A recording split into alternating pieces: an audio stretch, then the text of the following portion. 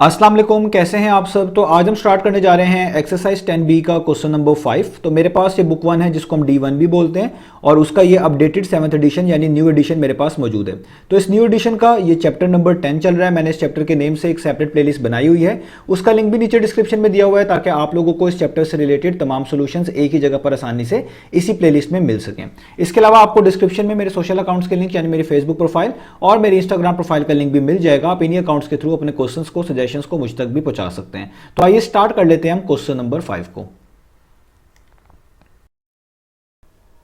तो अब आपको सामने स्क्रीन पर क्वेश्चन नंबर 5 का जो इमेज है वो नजर आ रहा है। आप इस इमेज में देख सकते हैं क्वेश्चन नंबर 5 की स्टेटमेंट भी लिखी हुई है और ए से लेके सी तक ये 3 डिफरेंट पार्ट्स भी मेंशन्ड है जिसमें आपको 3 डिफरेंट फिगर्स बनी हुई नजर आ रही हैं। तो सबसे पहले हम क्वेश्चन नंबर 5 की स्टेटमेंट को रीड करते हैं। तो यहाँ पे लिखा हुआ है in each of the following figures AB is parallel to CD। तो आप इस सिंबल को पढ़ते हैं इज पैरेलल टू।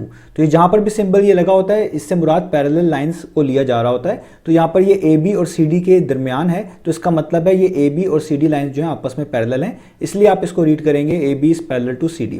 तो आप नीचे देख सकते हैं कि इन तमाम फिगर्स में A से लेकर C तक, जैसे आप इस फर्स्ट पार्ट में A पार्ट में देखें, इस फिगर में AB लाइन ऊपर मौजूद है, सबसे नीचे CD लाइन मौजूद है, दोनों पे सिंगल एरो हेड लगा हुआ है, यानी एक दूसरे को क्रॉस नहीं करती, एक दूसरे को टच नहीं करती। ऐसी लाइंस को हम पैरेलल लाइंस बोलते हैं। तो यहाँ पर भी आप देखें ये एज अ पैरेलल लाइंस आपको दी गई हैं जिस तरह ऊपर स्टेटमेंट में बताया गया था। इस तरह बी पार्ट में भी देखें, यहाँ पर ये AB लाइन मौजूद है, नीचे CD है, दोनों पे सिंगल एरो हेड लगा हुआ है जो कि इनके पैरेलल होने को शो करता है। तो यहाँ पर भी एज अ पैरेलल लाइंस ये मौजूद है। और सी पार्ट में आप देखें इधर भी ये ऊपर AB लाइन है, सबसे नीचे CD लाइन है, दोनों के ऊपर सिंगल एरो हेड बना हुआ है, यहाँ पर भी एज अ पैरेलल लाइंस मौजूद है। यानी इन तीनों पार्ट्स में AB और CD as a parallel lines आपको यहाँ पर दी गई हैं। आगे लिखा हुआ है find the values of unknown. तो आपको कहा जा रहा है कि इन तीनों पार्ट्स में जो अननोन है आपने उनकी वैल्यूज को फाइंड आउट करके दिखाना है। जैसे A पार्ट में A डिग्री अननोन है, B पार्ट के अंदर ये B अननोन है, C पार्ट के अंदर आप ये C डिग्री देख सकते हैं अननोन है। तो आपने इन्हीं अननोन्स की वैल्यूज को फाइंड आउट करके दिखाना है। तो उम्मीद है स्टेटमेंट क्लियर होगी। अब हम स्टार्ट कर लेते हैं पार्ट नंबर A को।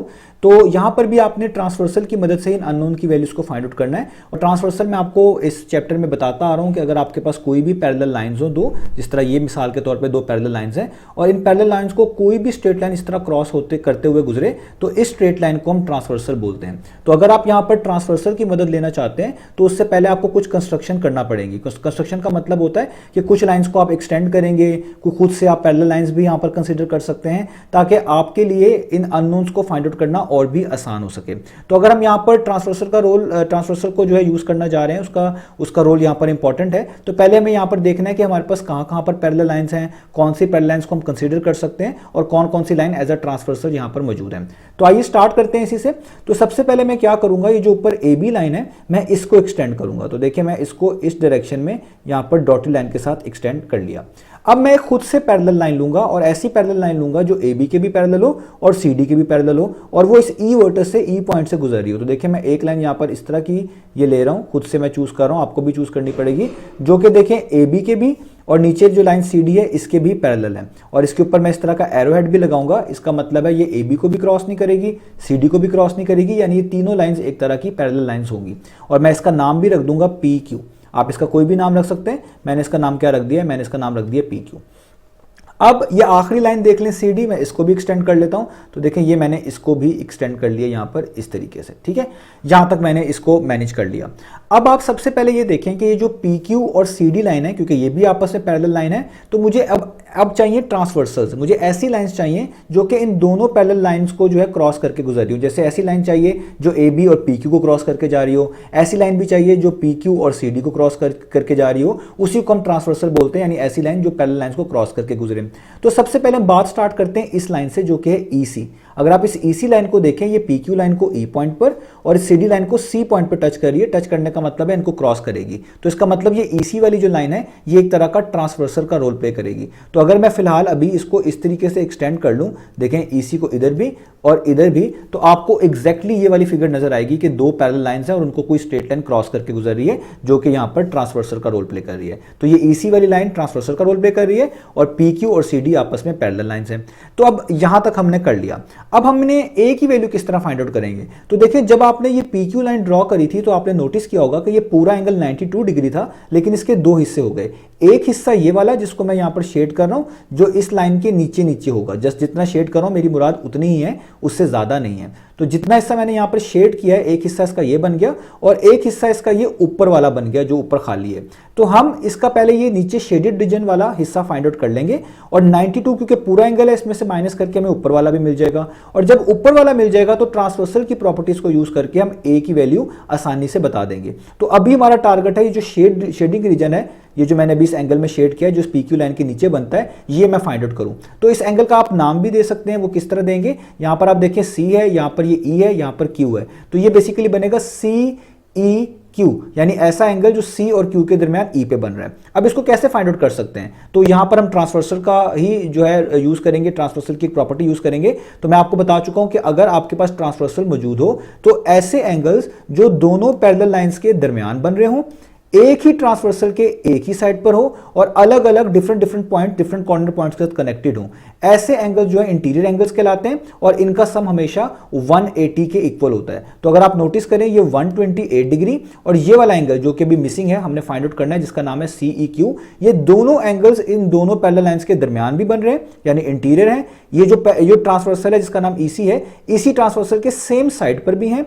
और ये ऊपर वाला जो एंगल है ये E के साथ अलग से कनेक्टेड है, ये नीचे वाला अलग से C के साथ कनेक्टेड है। तो ऐसे एंगल जिनमें सारी प्रॉपर्टीज पाई जाती हो, इनका सम हमेशा 180 के इक्वल होता है। तो आप यहां पर लिख सकते हैं कि ये ऊपर वाला एंगल जिसका आपने नाम रखा हुआ है CEQ, आप यहां पे लिखेंगे CEQ, E पे हेड डालेंगे क्योंकि इससे मुराद एंगल लिया जा रहा है, और इसके नीचे वाला एंगल जो सेम साइड पर मौजूद है 128, इनका सम किसके इक्वल होगा, 180 डिग्री के। ये हमारे पास प्रॉपर्टी होती है और इस प्रॉपर्टी को आगे मेंशन भी करेंगे। इस तरह हम इसको मेंशन करते हैं, तो ये होते हैं इंटीरियर, इसको हम इंटीरियर लिखते हैं एंगल्स, और ये किन पैरेलल लाइंस के दरमियान है, PQ और CD के दरमियान है। तो आप इसलिए यहां पे लिखेंगे PQ, ठीक है, पैरेलल टू CD। तो ये दो पैरेलल लाइंस जो हैं उनके यहां पर दरमियान है PQ और CD के।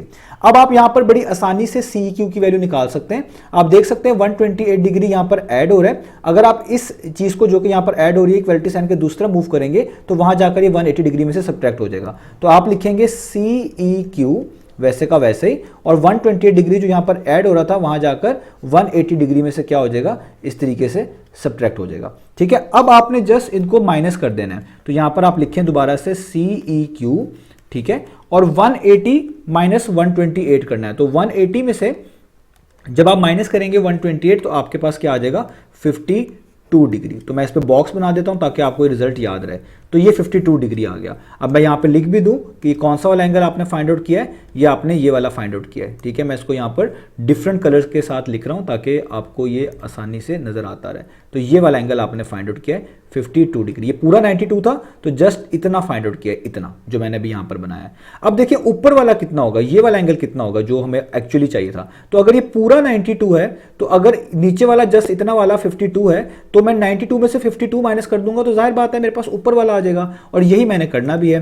तो ऊपर वाले एंगल का नाम क्या है, उसका नाम आप रखेंगे AEQ, यानी A और Q के दरमियान इधर E पे बनने वाला एंगल, ये हमें चाहिए। तो अगर आप देख सकते हैं पूरा 92 है तो ऊपर वाला निकालने का क्या तरीका है कि 92 में से नीचे वाला जो कि 52 निकाल लिया इसको माइनस कर दें तो ऊपर वाला आ जाएगा। तो आप लिखेंगे कि अगर हम इस 92 में से 52 माइनस करें तो वो किसके इक्वल आएगा, AEQ के। तो हम यहां पे लिखेंगे AEQ जो होगा, AEQ वो किसके इक्वल होगा कि पूरा एंगल जो था आपके पास 92 डिग्री, उसमें से जस्ट नीचे वाला माइनस कर दें। नीचे वाला क्या है, वो है CEQ। तो 92 डिग्री में से आप माइनस कर दें CEQ, नीचे वाला। ठीक है, तो इसमें अब आप वैल्यूज पुट करें, यहां पर AEQ वैसे का वैसे ही, और 92 डिग्री वैसे का वैसे ही, और CEQ की वैल्यू ऊपर क्या है आपके पास 52 डिग्री। तो अब जस्ट आपने 92 में से 52 को माइनस करना है तो आपका यहां पर AEQ भी पता चल जाएगा आपको। तो AEQ कितना आ जाएगा, वो होता है 92 माइनस 52, 40 डिग्री। तो देखिए मैंने जो ऊपर वाला पार्ट मुझे चाहिए था मुझे वो भी पता चल गया। अब मैं यहाँ पर ये भी लिख देता हूँ, यहाँ पे मैं रब कर देता हूँ, तो ये भी मुझे पता चल गया। ये ऊपर वाला कितना है, यहाँ पर मेंशन कर दूँ, ये है 40, ये है 40 डिग्री। अब देखिए मेरे लिए आसानी हो गई। अब जब मुझे ये पता चल गया, ये मैं डॉटेड लाइन दोबारा से यहाँ पर पूरी कर दूं, इस तरह थी ये।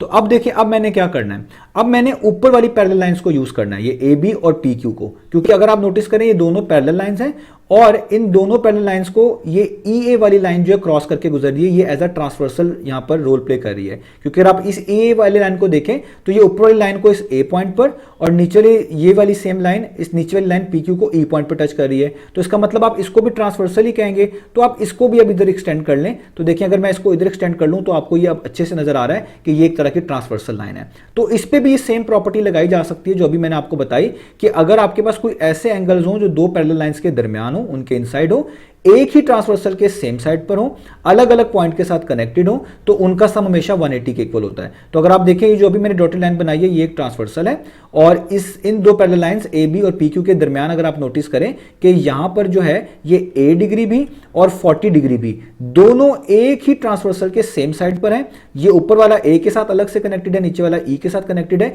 इसका मतलब इन दोनों का सम भी किसके इक्वल होगा? 180 के इक्वल होगा, जो अभी मैंने यहां पर आपको प्रॉपर्टी समझाई भी थी। तो अब आप लिखेंगे कि ये A डिग्री और ये जो 40 डिग्री भी आपने फाइंड आउट किया जो कि जस्ट PQ के ऊपर वाला एंगल है, ये दोनों का सम 180 के इक्वल आएगा। तो आप यहां पे लिख सकते हैं कि जो A डिग्री है और जो 40 डिग्री है इनका सम भी किसके इक्वल आएगा? 180 डिग्री के। और रीजन वही सेम होगी क्योंकि ये इंटीरियर एंगल्स बनते हैं ट्रांसवर्सल के लिहाज से, इसको आप लिखेंगे इंटीरियर एंगल्स। और जो आपके पास जिन पैरेलल लाइंस के दरमियान बन रहे हैं वो है AB और PQ। तो आप यहां पर आगे लिख देंगे AB parallel to PQ, AB parallel to, ये पैरेलल टू का सिंबल, PQ। अब यहां से आप A की वैल्यू आसानी से निकाल लें तो ये 40 डिग्री यहां पर ऐड हो रहा है, ये वहां जाकर 180 डिग्री में से क्या हो जाएगा? सब्ट्रैक्ट हो जाएगा। तो यहां पर आपके पास A डिग्री का आंसर आ जाएगा। तो अब आपने क्या करना है? 180 में से 40 को माइनस कर देना है। 180 माइनस 40 डिग्री कितना होता है? वो होता है जस्ट 140 डिग्री। तो ये आपके पास A की वैल्यू आ गई। आप इस वैल्यू को ऐसे भी लिख सकते हैं, दोनों चीजें इक्वल हैं तो कंपैरिजन कर लें, डिग्री डिग्री के लिहाज से इक्वल है तो नीचे लिखी हुई चीजें भी आपस में इक्वल है डिग्री के बगैर। तो जस्ट A किसके इक्वल है? 140 के। तो ये वैल्यू जो थी वो हमने फाइंड आउट करनी थी। तो आप देखें हमने ट्रांसवर्सल को यूज करके, उससे रिलेटेड प्रॉपर्टीज को यूज करके इस A की वैल्यू यहां पर बता दी जो कि कितनी आ गई? 140। तो अब हम स्टार्ट करते हैं अपने नेक्स्ट पार्ट को।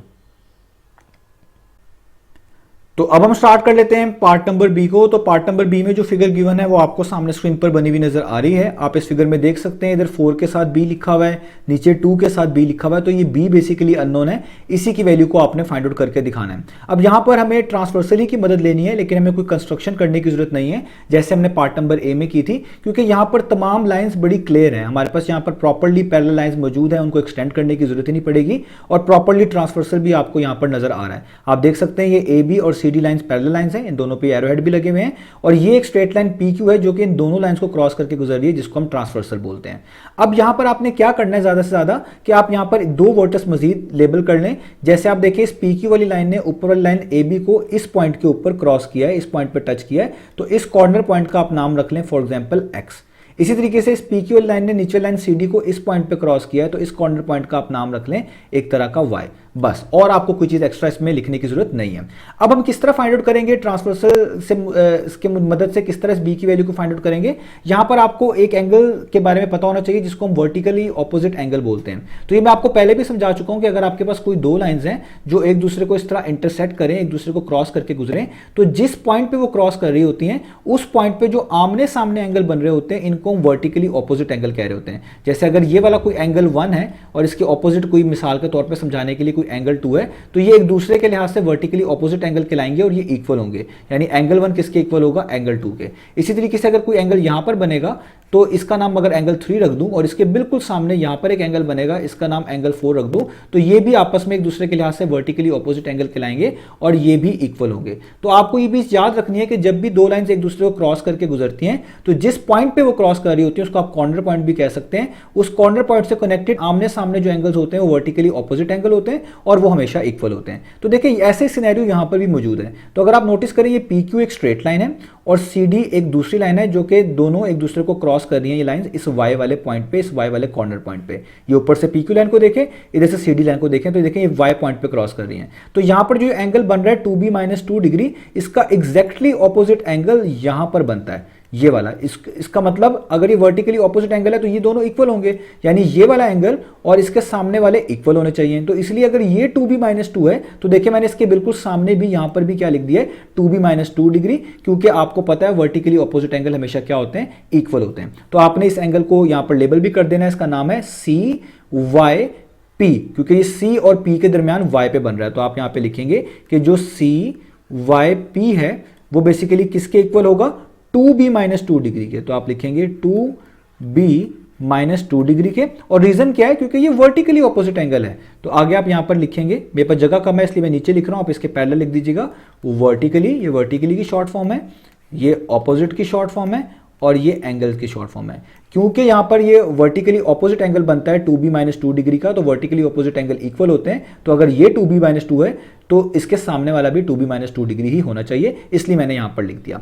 अब आगे कैसे करेंगे, अब आगे आपने अगेन ट्रांसवर्सल को यूज करना है। मैंने आपको अभी समझाया कि जब भी आपके पास कोई ट्रांसवर्सल इस तरह मौजूद हो, तो जो ऐसे एंगल जो इन दोनों पैरेलल लाइंस के दरमियान बन रहे हो, इनसाइड हो, और एक ही ट्रांसवर्सल के एक ही साइड पर मौजूद हो, यानी एक ही ट्रांसवर्सल PQ मौजूद है, और आप देखिए इसी के एक साइड पर 4B माइनस 10 भी लिखा हुआ है, और इसी ट्रांसवर्सल के एक ही साइड पर रहते हुए 2B माइनस 2 भी लिखा हुआ है। तो ऐसे एंगल जो पैरेलल लाइन के दरमियान भी हों और एक ही ट्रांसवर्सल के सेम साइड पर मौजूद हों और अलग अलग वोटर्स के साथ कनेक्टेड होने चाहिए। जिस तरह देखिए ये वाला एंगल जो है 4B माइनस 10, ये इधर इस X वाले पॉइंट के साथ कनेक्टेड है, इस वोटर्स के साथ कनेक्टेड है। इस तरह ये जो 2B माइनस D है, ये अलग से इस Y वाले के साथ कनेक्टेड है। तो ऐसे एंगल्स आपके पास प्रॉपर्ली इंटीरियर एंगल्स कहलाते हैं, और इनका सम हमेशा 180 के इक्वल होता है। तो इसका मतलब अगर मैं 4B माइनस 10 डिग्री को और 2B माइनस 2 डिग्री को सम कर लूं तो ये 180 के इक्वल आएंगे। तो आपने यही प्रॉपर्टी यहां पे यूज करनी है कि 4B माइनस 10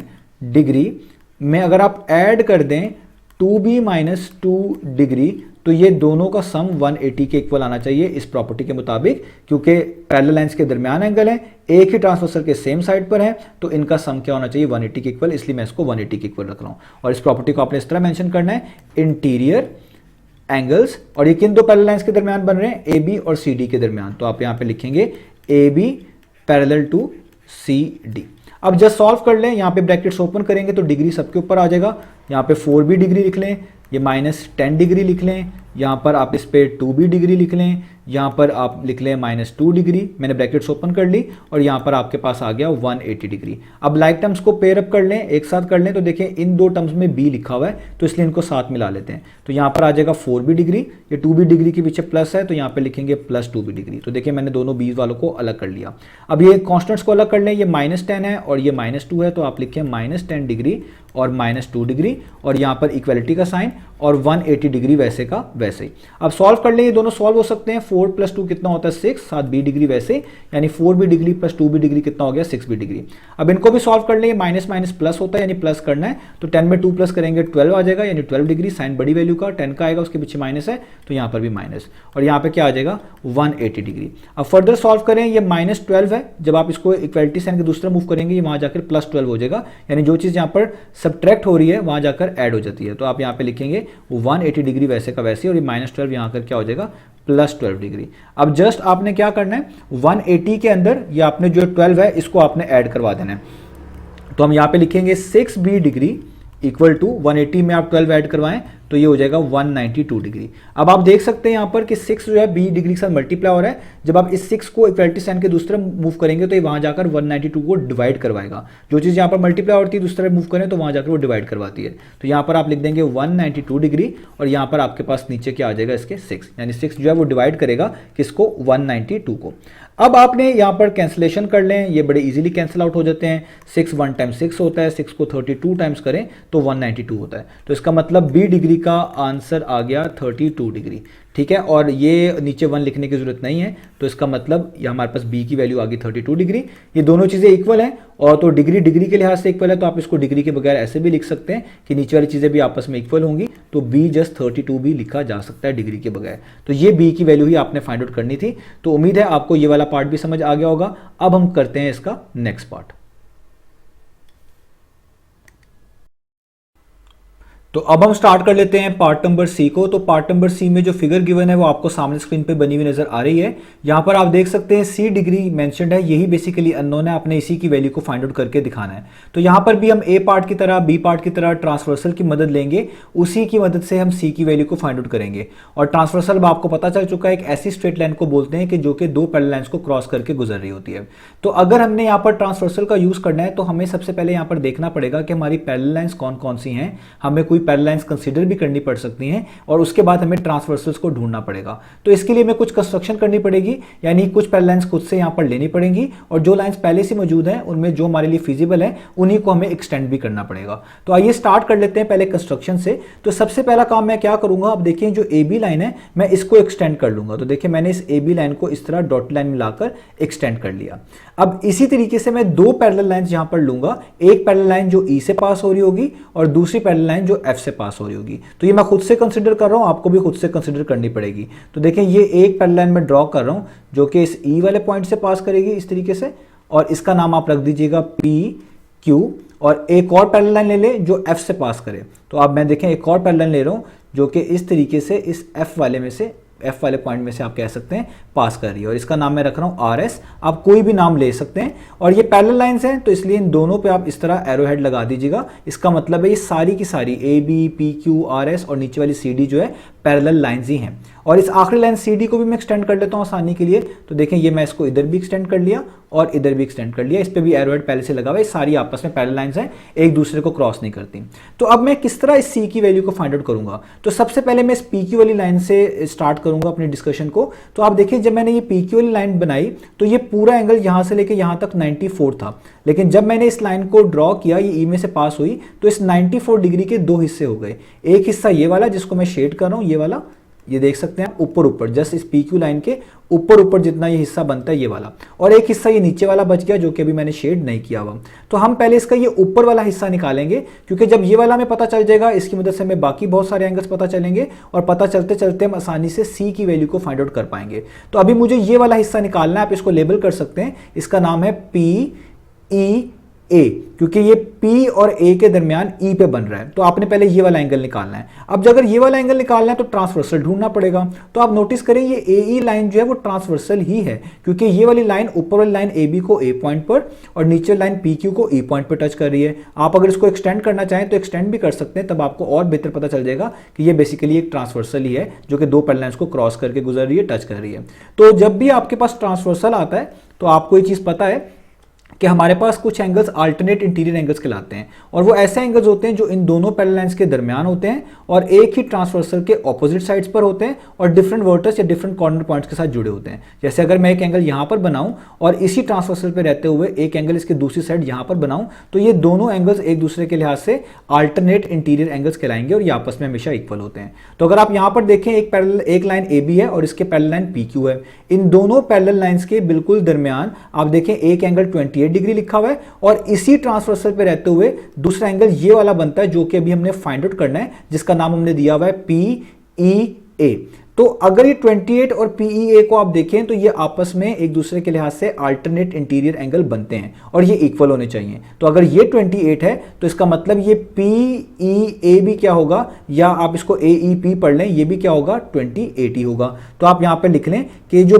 PEA है यानी E पे बनने वाला एंगल P और A के दरमियान, ये भी कितना होने वाला है 28 डिग्री ही होने वाला है। रीजन क्योंकि ये अल्टरनेट इंटीरियर एंगल है। तो आप आगे इसको प्रॉपर्टी को लिखेंगे भी अल्टरनेट, ठीक है, इंटीरियर, ये अल्टरनेट की शॉर्ट फॉर्म, ये इंटीरियर की शॉर्ट फॉर्म, ये एंगल्स की शॉर्ट फॉर्म, और किन दो पैरेलल लाइंस के दरमियान है AB और PQ के, तो इसलिए आप लिखेंगे AB पैरेलल टू PQ, ठीक है। तो अब आपने ये ऊपर वाला एंगल निकाल लिया कि ये ऊपर वाला जो एंगल था, छोटा सा जो हिस्सा था, ये 28 डिग्री था। अब इस बात को याद रखिएगा, ये ऊपर से लेके नीचे तक टोटल 94 है। तो अगर ऊपर वाला हिस्सा आपको जस्ट पता चल गया जो कि शेडेड है 28, तो आप ये नीचे वाला अनशेडेड भी बता सकते हैं कि ये कितना होगा। पहले इस एंगल को लेबल कर लें, इसका क्या, ये इसको आप क्या पढ़ेंगे, इसको आप पढ़ सकते हैं PEF, यानी P और F के दरमियान E पे बनने वाला एंगल, उससे मुराद ये वाला एंगल लिया जा रहा है जिसको मैं यहां पर आपके सामने दोबारा से बोल्ड कर रहा हूं।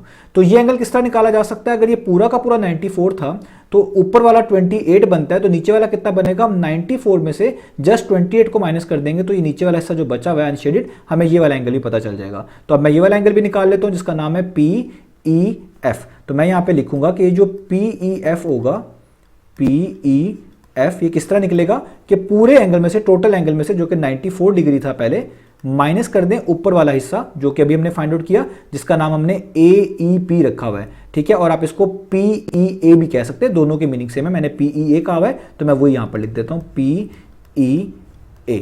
अब आप जस्ट यहां पे वैल्यूज पुट करें तो आपके पास हो जाएगा PEF is equal to 94 degree, उसमें से माइनस कर दें PEA जो कि बनता है 28 डिग्री। अब आपने जस्ट इसको सॉल्व करना है तो आप यहाँ पे लिखें PEF इज इक्वल टू, अब आपने यहाँ पर किसको किस में से माइनस करना है, 94 में से 28 माइनस करने हैं, तो वो कितने आ जाएंगे, वो आ जाएंगे 66 डिग्री। तो आपने ये PEF भी निकाल लिया। अब मैं इसको ऊपर भी मेंशन कर देता हूँ, तो इसका मतलब आपने ये वाला भी निकाल लिया 66 डिग्री।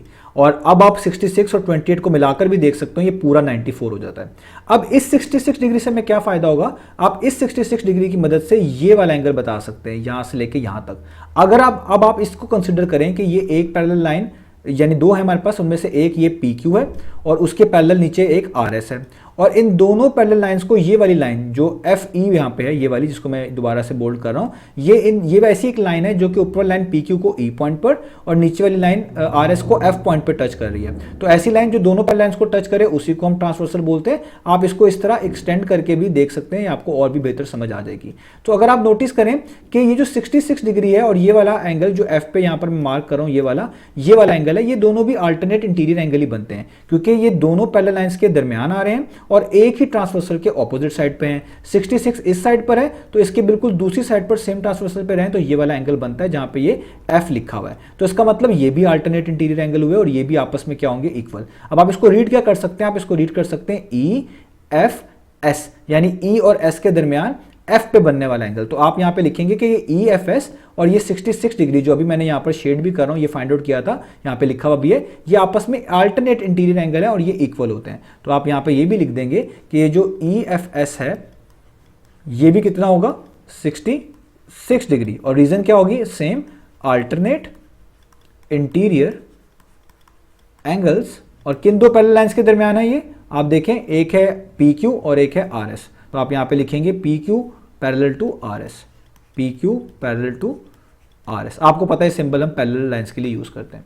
अब देखिए यहाँ पर हमारे पास ये भी हमें पता चल गया कि ये 66 है। मैं थोड़ा सा यहाँ पर चीज़ों को इरेज कर लूँ ताकि आपको चीज़ें समझाना और भी आसान हो जाए, ठीक है। तो ये मैं थोड़ा सा यहाँ पर मैनेज कर रहा हूँ चीज़ों को। तो ये देखें, ये वाला हमने निकाल लिया, ये कितना है, 66 डिग्री। ओके, अब ये भी पता चल गया। अब मुझे ये वाला एंगल चाहिए, ये वाला जिसको मैं यहाँ पर मार्क कर रहा हूँ, ये वाला चाहिए। तो इसके लिए आप क्या देखें कि ये जो लाइन है RS, इसके बिल्कुल पैरेलल है CD, और इधर भी एक ट्रांसवर्सल मौजूद है जो कि F से लेके D तक की लाइन है। आप इसको एक्सटेंड भी कर सकते हैं इस तरह ताकि आपको और अच्छे से पता चल सके। तो देखिए ये लाइन ट्रांसवर्सल का रोल प्ले कर रही है क्योंकि ये ऊपर लाइन RS को F पॉइंट पर और नीचे लाइन CD को D पॉइंट पर टच कर रही है। तो अगर ये ट्रांसवर्सल है तो यहाँ पर फिर से अल्टरनेट इंटीरियर एंगल बनेंगे, यानी ऐसे एंगल जो इन दोनों पैरेलल लाइंस के इनसाइड होंगे और एक ही ट्रांसवर्सल पे रहते हुए ऑपोजिट साइड्स पर मौजूद होंगे। जिस तरह आप देखें ये 19 डिग्री है ना, तो इसका अल्टरनेट ये ऊपर वाला एंगल ये वाला बनता है क्योंकि ये दोनों एंगल्स एक ही ट्रांसवर्सल के ऊपर हैं और ऑपोजिट साइड्स पर मौजूद है और इन दोनों पैरेलल लाइंस के इनसाइड हैं। इसका मतलब जितना एंगल यहाँ पर होगा जो कि 19 है उतना ही यहाँ पर होगा। अब इसको आप नाम दे दें, इसका नाम आप रख सकते हैं DFS, यानी D और S के दरमियान F पे बनने वाला एंगल। तो आप कहेंगे DFS और ये 19 डिग्री अल्टरनेट इंटीरियर एंगल है क्योंकि ये दोनों एक ही दो पैरेलल लाइंस के दरमियान है और एक ही ट्रांसवर्सल के ऑपोजिट साइड पर मौजूद हैं, तो ये इक्वल होंगे। इसका मतलब DFS किसके इक्वल होगा, 19 डिग्री के। तो आप यहाँ पे लिखेंगे कि जो DFS होगा आपके पास वो किसके इक्वल होगा, 19 डिग्री के। और इसकी रीजन भी आप क्या लिखेंगे, सेम अल्टरनेट इंटीरियर एंगल्स। और अब पैरेलल लाइंस चेंज हो गई हैं, अब कौन कौन सी हैं, एक है RS और एक है CD। तो आप लिखेंगे RS parallel to CD, RS parallel to CD, ठीक है। अब देखिए हमने सारे फाइंड आउट कर लिए। अब मैं इसमें से काफ़ी चीज़ें जो है यहाँ पर रिमूव कर देता हूँ ताकि आपको अब चीज़ें बहुत बेहतर नजर आएँ। तो अब जस्ट समझाने के लिए रिमूव कर रहा हूँ, आपने इसको बनाकर रखना है। तो जस्ट समझाने के लिए मैं यहाँ पर कुछ चीज़ों को जो है यहाँ से हटा रहा हूँ, ठीक है, ताकि आपको अच्छे से चीज़ समझ आ सके, ठीक है। अब आप नोटिस करें हम C की वैल्यू बड़ी आसानी से जो है निकाल सकते हैं। वो कैसे हम निकाल सकते हैं, देखिए आपको यहां से लेके यहां तक तो उन्होंने खुद बताया हुआ था कि इसका नाम क्या है, C डिग्री। इतना एंगल आपने फाइंड आउट कर लिया, वो कितना, आपने कहा 66 डिग्री, और इतना आपने अभी फाइंड आउट किया जो मैंने आपको बताया वो है 19 डिग्री। तो ये एक तरह का पूरा सर्कल कंप्लीट हो रहा है। तो और ये पॉइंट है जिसके साथ ये सारे एंगल्स कनेक्टेड हैं। तो हमने एक प्रॉपर्टी पढ़ी हुई है जिसको हम बोलते हैं एंगल्स एट अ पॉइंट। जैसे मिसाल के तौर पे दो लाइंस इस तरह एक दूसरे को क्रॉस करती हैं, तो जिस पॉइंट पे ये एक दूसरे को क्रॉस करके जा रही होती हैं, इधर आमने सामने बहुत सारे एंगल्स बन रहे होते हैं। इन सब का सम अगर आप करें तो हमेशा 360 डिग्री के इक्वल होता है। यानी जो एंगल इधर बन रहा होगा, जो इधर बन रहा होगा, इधर बन रहा होगा और इधर बन रहा होगा, इन सब एंगल्स का अगर आप सम करें तो ये 360 डिग्री के इक्वल आता है। इस प्रॉपर्टी का नाम होता है एंगल्स एट अ पॉइंट, के एक पॉइंट के इर्द गिर्द बनने वाले एंगल्स। तो आप देखें ये वाला एक एफ जो एक पॉइंट है जिसके इर्द गिर्द ये सारे एंगल्स बन रहे हैं, यानी यहां से लेके यहां तक तो उन्होंने खुद सी बताया हुआ है, इतना आपने अभी फाइंड आउट किया 66 डिग्री, ये भी आपने खुद फाइंड आउट किया 90 डिग्री। तो अगर आप इन सारों को मिला लें तो ये पूरा सर्कल बन जाता है इस तरह का। यानी इन सब का सम किसके इक्वल आना चाहिए? 360 डिग्री के इक्वल आना चाहिए, क्योंकि ये इस पॉइंट के साथ कनेक्टेड है, सारे के सारे एंगल्स इर्द गिर्द हैं और पूरा एक सर्कल कंप्लीट करते हैं। तो आप इसलिए इस सी डिग्री को, 66 डिग्री को और 90 डिग्री को ऐड करके 360 डिग्री के इक्वल रख देंगे। तो आप यहां पे ये लिखेंगे कि C degree plus 66 degree plus 19 degree, ये पूरा एक सर्कल कंप्लीट करते हैं। यानी यहां पर एंगल्स एट अ पॉइंट वाली प्रॉपर्टी लगेगी, तो इनका सम किसके इक्वल आएगा? 360 डिग्री के इक्वल। तो आप यहां पे लिखेंगे भी एंगल्स एट अ पॉइंट। अब बहुत आसान है, जस्ट इनको ऐड कर दें, तो 66 और 19 को ऐड करेंगे तो आपके पास आएगा 85 डिग्री। तो आप यहां पे लिख दें 85 डिग्री, इक्वालिटी का साइन, 360 डिग्री वैसे का वैसे ही। अब ये 85 डिग्री यहां पर ऐड हो रहा है, जब आप इसको इक्वालिटी साइन के दूसरा मूव करेंगे तो ये 360 में से सब्ट्रैक्ट हो जाएगा। तो आपको लिखना पड़ेगा 360 डिग्री माइनस 85 डिग्री। अब इनको माइनस कर दें तो आपके पास सी डिग्री का आंसर आ गया 275 डिग्री। तो यही हमने फाइंड आउट करके दिखाना था। आप ये ऐसे भी लिख सकते हैं, दोनों चीज़ें इक्वल हैं तो कंपैरिजन कर लें, डिग्री डिग्री के लिहाज से इक्वल है तो नीचे लिखी हुई चीज़ भी आपस में इक्वल लिखी जा सकती है डिग्री के बगैर। तो आप जस्ट ये भी लिख सकते हैं कि सी किसके इक्वल आ गया? 275 के। तो यही हमने फाइंड आउट करके दिखाना था। तो सी की वैल्यू आ गई 275। तो उम्मीद है आपको ये तमाम पार्ट्स अच्छे से समझ आए होंगे। तो ये पार्ट थोड़ा सा टफ था, इसमें काफ़ी सारी कंस्ट्रक्शन इन्वॉल्व है। मैं आपको रिकमेंड करूंगा कि आप इस वीडियो को दोबारा देखें, इस पार्ट को कम से कम 2 दफ़ा देखें ताकि आपको अच्छे से समझ आ सके, क्योंकि इसमें काफ़ी कंस्ट्रक्शन होती है, जगह कम होती है, तो कभी कभार आपको जो है थोड़ी सी कन्फ्यूजन लग सकती है कि मैं कौन से एंगल से यहाँ पर बात कर रहा हूँ, कौन से एंगल को यहाँ पर मेंशन कर रहा हूँ। तो आप इसको एटलीस्ट 2 टाइम देखेंगे तो मुझे उम्मीद है कि आपके लिए अल्लाह ताला आसानी कर देगा और आपको ये चीज़ें अच्छे से समझ आ जाएंगी। तो यहाँ पर हमारे ये पार्ट्स फिनिश हुए, तो इंशाल्लाह अब नेक्स्ट वीडियो से मिलेंगे बाकी सॉल्यूशंस के साथ।